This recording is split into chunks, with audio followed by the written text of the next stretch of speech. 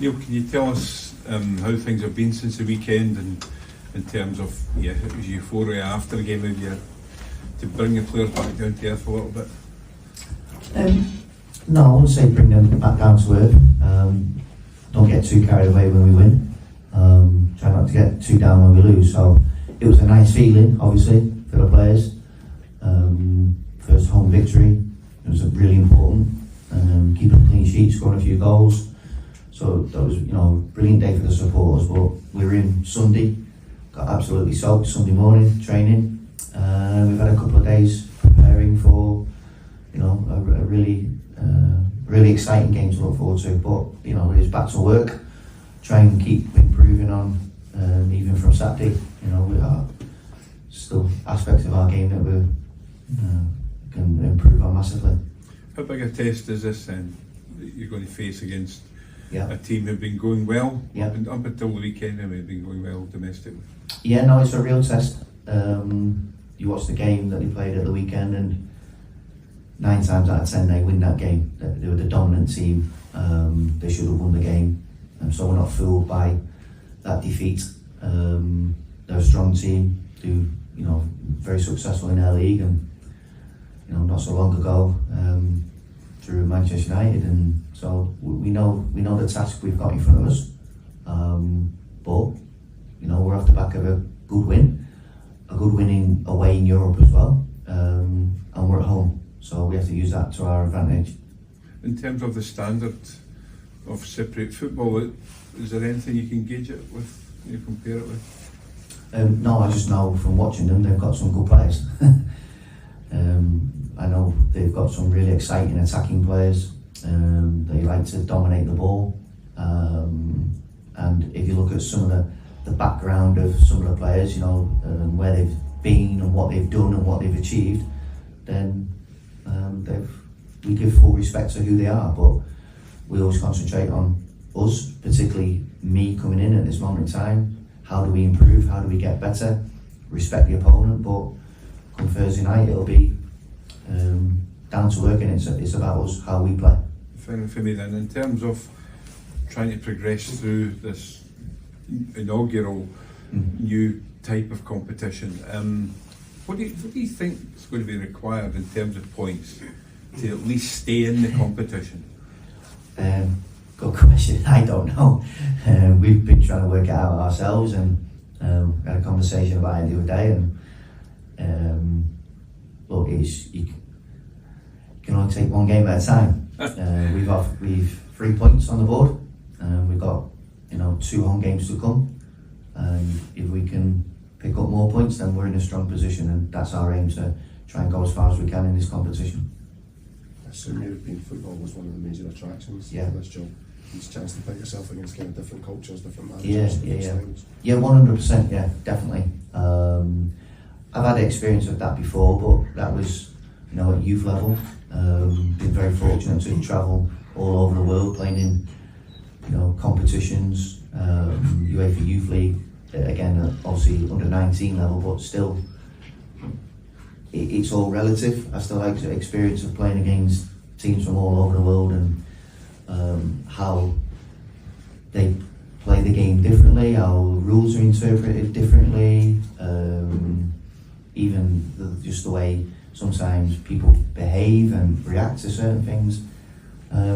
So it's not new to me, but yeah, managing Thursday night against a team like Omonia, then it's a definite, one of the definite reasons why I came to this football club, without a shadow of a doubt. You've come into a difficult situation in the league, just in terms of position, but it's almost the opposite in terms of because of the flyer that the boys got after in Azerbaijan. Yeah, I said, what day was Wednesday? So yesterday, I think it was. We've only lost 1 in 4 now, and that goal against Ross County, Shanks' goal right in injury time, was a huge goal psychologically for the group, and I think there's credit to Liam and his staff. There's a definite, I felt it when I first came to the club. I think that's given a group a boost in morale, a lift, and we want that to continue. We had another one here Saturday and Thursday night under the lights here with our supporters behind us. We aim to take another step forward. How important are these games, these European games for the club, in terms of prestige but also financially? Because I think every win in this competition brings about 150 grand. How much? I think I'm right, 150 grand. Does it? I'm not.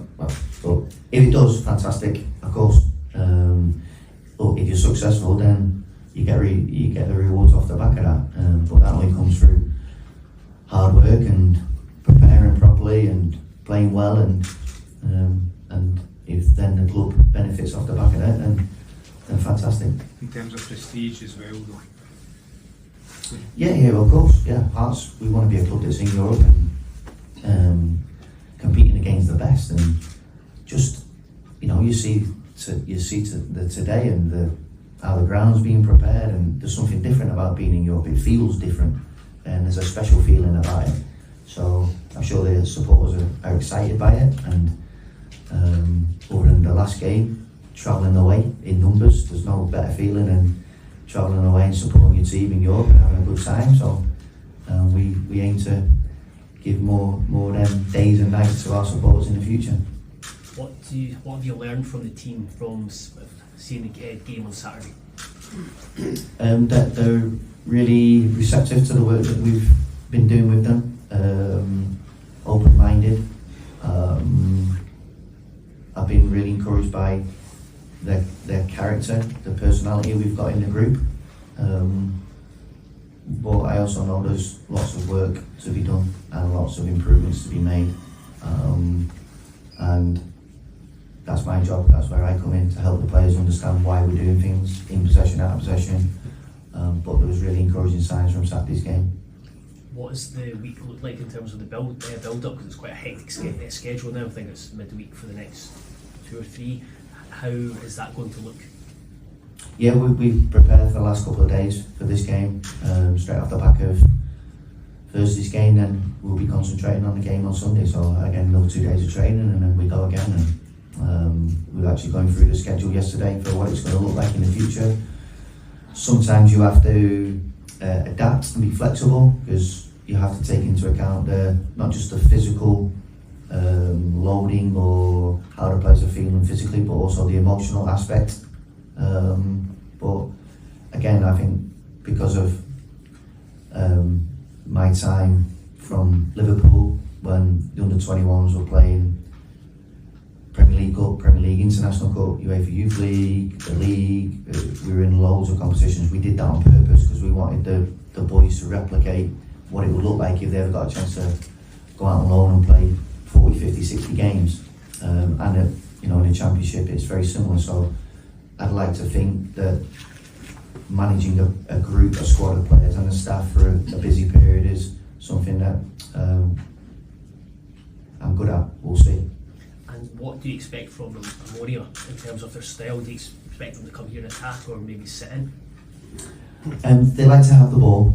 They like to dominate the balls with the games with possession, and they have different ways of building up and playing the game, and some really exciting attacking players, wide players, and 9s and 10s, and so I wouldn't expect them to come here and part the bus and have everyone behind the ball. Their natural way is to have the ball. So we know we'll have to be good without the ball, but I want us to be a team that tries to dominate possession, no matter who we're playing against. So I want us to try and make sure if we have the ball, then maybe we can force them into doing things that they don't want to do. Is there anyone missing for tomorrow injury-wise? No, we're going to be as we were from the weekend. No one's ready to come back yet, and even though like the usual knocks, bumps from games, nothing is significant that I would think anyone's going to miss tomorrow night from. It's a massive game, obviously. A couple of days after it, 3 Yeah. days later, is there any temptation to rest a few tomorrow night? Would that come into your thinking? No, I don't call it resting, I just call it managing the squad. We've got, say, Saturday, Thursday, Sunday, Wednesday, Saturday. It's 5 games in 15 days. To play the way that we want to play, energy, intensity, then you have to manage the squad. And also I need to see some of the players play, and but you have to get the balance right. Too many changes would be possibly slightly foolish, but to keep the freshness in the group and to play the way we want to play, and also give the players an opportunity to impress, then that's something I have to consider in this period. Does your approach change any, Neil, playing St Mirren on Saturday to a very different style of team on Thursday, just in terms of what they'll do with the ball, how they'll use it and how you would react to it? Yes, our principles don't change, but the way that the team that we're going to face on Thursday is a very different team to St Mirren. Not good and bad, not right and wrong, just different. Everyone has a different system, different way of playing, and Omonia is different. So that means we have to adapt in our thinking of how we play the game in possession and how we're going to defend. That's what we spent our last 2 days doing it. But again, I go back to our principles, which is we want to be a possession-based team, and we want to be a team that's, when without the ball, we want to be a team that's hard to play against on the front foot and pressing teams. You said you'd watched them quite a bit. Who are the players that have stood out for you when you've watched them? I think both wide players, and if they make substitutions, that they're very attack-minded. The 10 and the 9, I know Jovetic can't play in the game. But again, I know Hollander played in the last game, but when you look at, I know the right back from Manchester City when he was younger, the right-sided defender, very athletic. They've got some very good players. But so have we. And I say we're off the back of a 4-0 win, and we're at home, and we've won already in this competition. So let's go again. Yeah, how would you just reflect on your first week in the job, getting the victory now into the Conference League? There's a derby coming up. Is there any chance you can just take a beat and take it all in? Little moments. I actually drove from the training ground down here with the kit man. Obviously, he was kindly enough to give me a lift, and he gives me a guided tour of the football club and the history of the football club. Brilliant company, and when you pull up at the ground, you do have that moments when you think, wow, this ain't bad. So I'm looking forward to this week. Yeah. Has given you a history lesson in some of the big European games here? Have you checked YouTube for some of the footage? He tells me everything and anything. So he's the man I turn to. He's the encyclopedic knowledge of Heart of Midlothian. What's he told you about the derby? Some words I can't use. But yeah, he makes, from the first day, he makes me well aware of the importance of that game. But Thursday night first. Do you feel you've come into the club at almost a perfect time with getting that victory now in Europe and then the derby on Sunday as well? We'll see. I'll tell you after Sunday. But look, so sometimes things don't go well at football clubs. I've been there myself, and a fresh pair of eyes and ears can help sometimes. And